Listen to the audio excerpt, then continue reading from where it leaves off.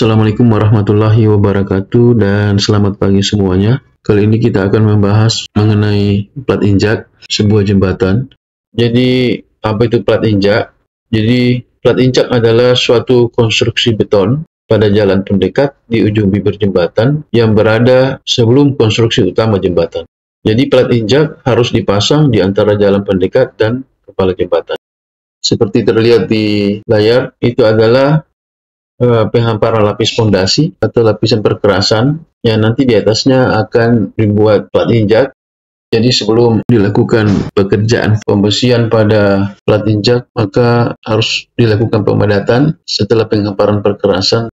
Seperti yang Anda lihat sekarang, ini adalah bagian atas, yaitu perkerasan kelas A dengan tebal 15 cm. Kemudian di bawahnya adalah kelas B sebagai lapis separator.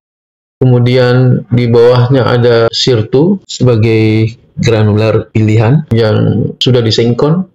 Kemudian di bawah sirtu itu adalah existing yang CBR-nya antara 6 sampai 8. Jadi pada existing sudah dilakukan tes kepadatan juga. Jadi masing-masing perkerasan ini sudah dilakukan pemadatan seperti yang Anda lihat di layar. Dan kepadatan untuk perkerasannya itu minimal 100% untuk kelas A dan B. Lalu kemudian setelah selesai perkerasan, dibuatkan lagi lin konkrit atau lantai kerja setebal 10 cm. Adapun lin konkrit yang dipakai adalah FC10.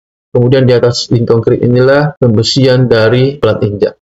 Adapun panjang dari plat injak ini adalah 5 meter dan lebar 9 meter.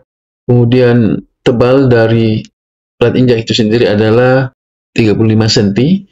Adapun besi yang akan atau rebar yang akan dipakai pada pekerjaan plat injak ini adalah diameter 13 dan diameter 16 dengan jarak masing-masing 15 cm. Adapun mutu beton yang dipakai adalah FC35. Jadi di sisi kiri kanan dari plat injak ini adalah dinding penahan tanah yang akan dibuat tersambung dengan parapet dari slab on pile. Seperti yang Anda lihat, jadi stek-stek ini adalah yang akan dibuatkan parapet. Mengenai dinding penahan tanah, nanti kita akan jelaskan di video selanjutnya. Dan ini adalah lokasi rubber sheet atau karet yang akan dipasang di bawah plat injak, seperti yang Anda lihat. Dan di samping itu ada juga pin, dan pin ini nantinya akan diberi lagi pipa, seperti yang saya sebutkan sebelumnya, kemudian akan dicor bersama dengan plat injak.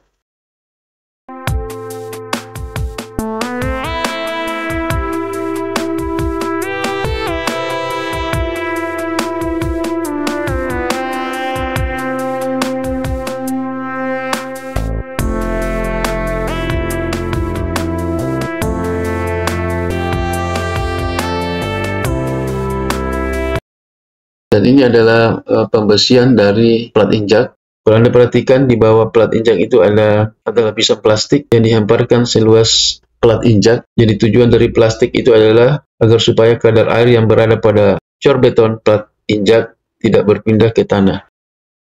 Jadi fungsi dari plat injak itu adalah meratakan beban akibat kendaraan pada jalan pendekat di ujung bibir jembatan, menghubungkan jalan dan jembatan sehingga tidak terjadi perubahan ketinggian yang terlalu mencolok pada keduanya.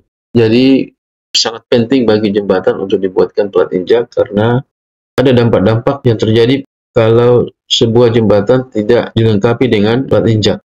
Dampaknya itu sendiri adalah bisa saja terjadi penurunan di oprit jembatan sehingga pengendara yang melintas merasa tidak nyaman saat menuju ke jembatan. Kemudian akan terjadi perubahan ketinggian yang terlalu mencolok antara jalan dan jembatan sehingga dapat mengganggu kenyamanan pengendara. Dan yang paling sering terjadi kalau tidak dilengkapi dengan plat injak adalah akan terjadi deformasi pada sisi bagian oprit jembatan, dapat terjadi dan dapat mempengaruhi kemampuan menjaga kerataan jembatan. Sebagaimana Anda lihat di rubber atau karet ini, situ terlihat ada pin. Pin ini akan diberi grease atau gemuk, kemudian setelah diberi gemuk dimasukkan pipa di mana plat injak akan duduk di atasnya, dan di depan plat injak itu ada wall Jadi ada antara atau dinding antara plat injak dengan wall. Yang nantinya di atasnya nanti plat injak akan dipasang material exposing joint yang berupa strip seal. Dan yang Anda lihat sekarang adalah kerjaan pembesian dari plat injak. Jadi plat injak ini panjangnya 5 meter dan lebar 9 meter. Dan besi yang dipakai seperti yang saya sebutkan sebelumnya, yaitu diameter 16 dan 13. Jadi setelah semua pembersihan sudah selesai dikerjakan, maka akan dilakukan joint inspeksi atau pengecekan bersama dengan kontraktor, juga bersama dengan konsultan. Kemudian setelah selesai maka akan dilakukan proses pengecoran. Namun jika masih ada perbaikan pada waktu pelaksanaan inspeksi bersama, maka harus diperbaiki dulu apa-apa yang menjadi kekurangan dari backcasting maupun dari pembesian tersebut. Kekurangan-kekurangan itu bisa berupa ikatan antar tulangan yang kemungkinan ada kekurangan, bisa jadi backcasting yang kurang sempurna, atau kotoran-kotoran besi atau bekas gergajian yang harus dibuang dan harus dibersihkan dengan memakai kompresor ataupun disiram dengan air agar supaya kotoran-kotoran yang menempel pada backcasting maupun tulangan tersebut bisa hilang di area di mana akan dilakukan pengecoran. Atau bisa jadi ada hal-hal lainnya yang kemungkinan besar akan berpengaruh pada saat pengecoran. Nah, setelah kekurangan-kekurangan tersebut bisa dibenahi atau diperbaiki, maka akan segera dilakukan proses pengecoran. Sebagaimana Anda lihat sekarang, ini adalah pengecoran yang sedang berlangsung. Adapun pengecoran ini dilakukan dengan menuang langsung beton dari truck mixer itu sendiri. Pada lokasi yang sangat dekat dengan area pengecoran, sehingga lebih mudah melaksanakan dengan truck mixer. Ini adalah proses finishing, dan setelah finishing dilakukan, maka akan dilakukan proses grooving. Jadi grooving adalah proses pembuatan alur atau goresan pada permukaan beton. Adapun grooving yang akan dikerjakan yaitu arah melintang. Kenapa dilakukan arah melintang? Adalah untuk menghasilkan tahanan geser yang tinggi. Jadi seperti yang Anda lihat, plat injak yang sudah dikerjakan itu panjang 5 meter dan lebar 9 meter dengan ketebalan 35 cm. Dan di belakang expansion joint ini akan dikerjakan lagi rigid. Namun kita tidak akan membahas kali ini. Mungkin di lain kesempatan kita akan bahas mengenai bagaimana pekerjaan rigid dilakukan.